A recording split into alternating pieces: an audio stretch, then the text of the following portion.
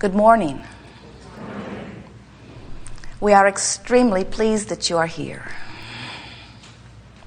It is good to come together for the purpose of co-creating. Do you agree? You are knowing what you are wanting, for the most part. You are enjoying how that evolves. The entire universe is established in order to assist you out here on the leading edge of focusing your desire. How are you doing with that? Do you enjoy the desire when it is manifest? Do you enjoy the desire even before it is manifest? This is the crucial question. Is your desire life-giving without manifestation? Say yes. We all are eternal beings, and desire will continue to evolve. We will be eternally amending our desires. It is the way everything is established. You cannot hold your desires back. They just happen. Preferences are being born. I prefer that to that. I prefer that to that. I see all of these possibilities and this is my choice. I really prefer this. I prefer comfort to discomfort. I prefer joy to sadness. I prefer motion forward to a feeling of stagnation. Or I prefer a little ease to frenzy. I prefer more money to not enough money. Or I prefer more action to not enough action. But I prefer calmer action rather than frazzled action. But I prefer action to boredom. In other words, you are constantly in every moment at all kinds of levels of your being, even cellular levels, speaking preference. And source energy hears every preference at its subtle or broad definition and responds to it immediately. The question is, how much in alignment are you with your preference? If you have been banging around in a situation that is causing you to very clearly state your preference, you want more money, or you want a different physical condition, you want to be well rather than sick, or you want to have prosperity rather than debt. As that preference shoots from you, if you are feeling so much the discomfort of your sickness, or of your debt, or of your dilemma, then you are not in that moment a match to your own desire. So even though you have stated it clearly, vibrationally, maybe even with your words, if you are not a vibrational match to what you're asking for, you cannot let it in. And if you're not letting it in, then you're not living it. And if you're not living it, it isn't because you don't want it. It isn't because you haven't preferred it. It isn't because law of attraction isn't working well. It isn't because you are being put into a category of inappropriate or unworthy, and therefore you are being deprived of it. It is for only one reason. You're not a match to what you want. Don't you love knowing that whatever you prefer, source energy responds? Sometimes our physical human friends have a hard time accepting that. Sometimes when we say, when you ask it is given, we can feel you feeling something like, well, it would be all right if I get what I'm asking for, but some people are asking for some things that I just assume they don't get. What that says is, in order for me to be joyful, in order for me to be satisfied, in order for me to have life the way I want it to be, I need to apply some measure of control to what others are getting.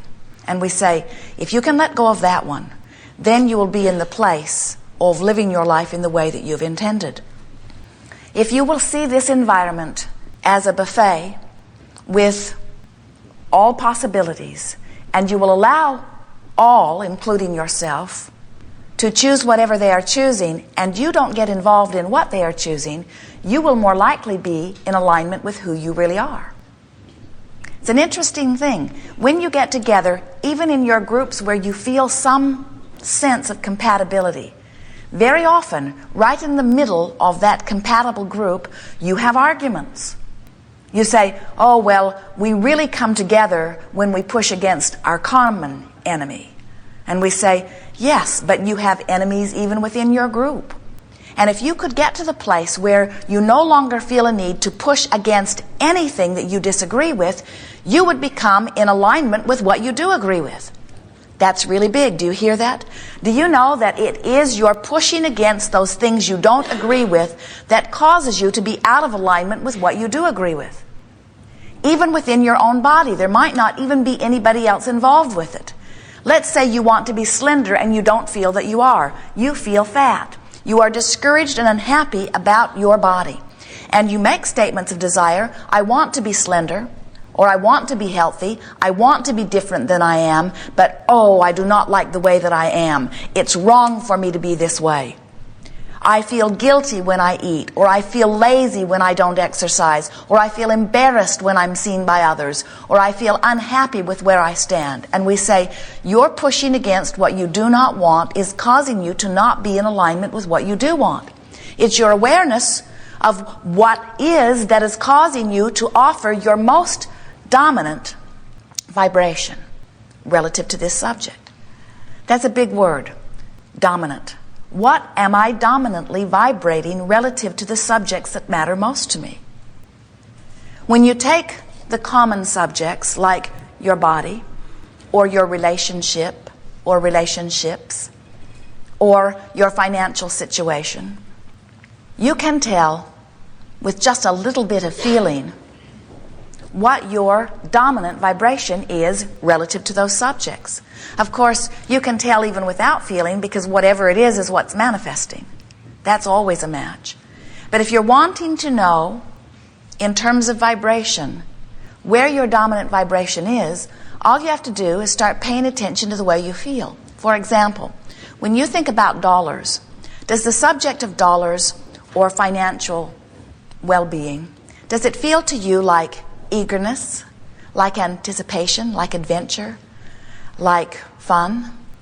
Or does the subject of dollars feel like worry or frustration or struggle? You know. You can tell right away where your leaning is. And while you may do some of both, you can tell which you do the most. You know, every one of you knows where you fall in that subject. When you think about your body, do you feel vital and alive? Or do you feel a little worried? You know.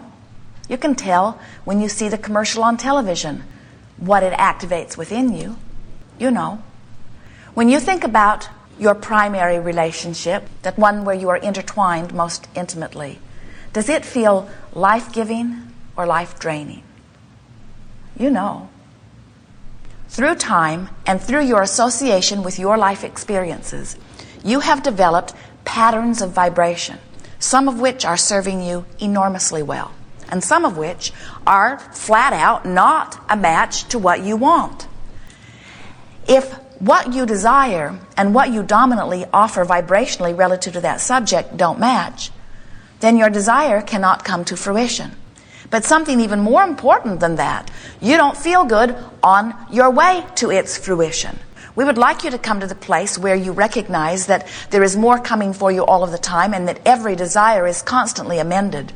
And we would like you to know that so well that you can stand right here, right in this place of unfulfilled desires and feel wonderful about the unfulfilled desires, because you know this will be the common, everlasting, eternal place where you will stand, because there will always be unfulfilled desires. It's time to get over being upset about what isn't happening and to begin being exhilarated about what is happening, or about the potential of that which is to come. As you lament what has not happened, you offer a vibration that won't let it happen, because you can't match what you want and what you don't want at the same time. So if you feel fat and that is your dominant vibration, it doesn't matter what you do. It can't change, because vibrationally you are not allowing yourself to be where you want to be. So, do you have to think about being slender in order to be slender? Do you have to think about being prosperous before you are prosperous? No. But you can't feel bad about not being prosperous, and you can't feel bad about not being slender. In other words, you cannot be in the resistant mode. You've got to be in a mode of feeling good in order to allow that which you consider to be good to come to you. So when we talk about your dominant vibration, we are not talking about holding yourself tenaciously upon thoughts and not allowing yourself to ever think toward a certain thought in a certain way. What we are suggesting is that you just begin to relax and lighten up and be more free and easy about more things, and trust that the things that you have identified preferences about are known by all that is, are being organized in terms of circumstances and events, and if you will just chill out and lighten up and get into a place of no longer resisting, those things will come to you. It's a matter of deactivating the vibration that you don't want. Now that's tricky. We said that to you in a way that you would understand it. We also said it to you in a way that does not work. And here's what we mean. You cannot deactivate a thought. You say, all right, I feel fat and I want to be slender, so I have to deactivate the feeling fat. Problem with that is every time you think about being fat, you activate it. Every time you think about no longer smoking, you activate it. Every time you think about anything, you activate it. The way you activate is by giving your attention to it. So the way you deactivate is not give your attention to it. But when you decide you're not going to give your attention to something, you're usually giving your attention to that thing you're not going to give your attention to. And now you've activated it. And so the key to getting what you want is by activating thoughts that feel good when you focus upon them. So this business of solving problems has never worked for you because you activate the problem during your solving process. In the moment that you know your problem, you also feel a preference being born, and as soon as you can turn your attention toward the preference, you are in alignment with it. But Art of Allowing does not say to you that you have to turn your attention only to that specific preference. Art of Allowing says you can think about anything that feels good, and you are in the place of allowing all things that you consider to be good. Can you feel how much easier this is? We tease about how you can move through your contrast, activate a desire, then just pet your cat, and if it pleases you to pet your cat as much as it pleases your cat for you to pet your cat, now you're in the place of alignment or of allowing. We want to show you how to get into the place of activating vibrations that allow well-being to flow to you. And we want to introduce to you a process that you may have used many times under other titles. Today we are going to call it virtual reality, because we want you to begin to use this process called virtual reality for one purpose and one purpose only. It's not to remind the universe that you've been asking for it and it's time that it shows up. It's not a workshop where you mold things into place. Virtual reality process is the process where you practice the activation of a vibration that allows. Most of you are not consciously aware of how or when you picked up your vibrations that don't allow. Most of you were very little when you began having some of those feelings, and most of those feelings felt normal in the environment in which you were living because those around you were feeling them and expressing them to you and teaching them to you. So little by little by little by little, you have developed the vibration relative to these subjects that you are currently walking around with. And it's going to take some practice to move those vibrations into different places. And that's what this process of virtual reality will do. It will cause you to practice a good feeling vibration so that first, the good feeling vibration begins to feel more normal to you, and second, the good feeling vibration puts you in the place of allowing, and third, you will be more likely to recognize the not so good feeling vibrations if you've been practicing the good feeling vibrations. So it's a powerful tool. Virtual reality is for one purpose only, and that is for you to practice a vibration that feels good and make it your dominant vibration. The virtual reality process is a process whereby you find something that feels good and you practice it until it becomes your most normal, dominant vibration.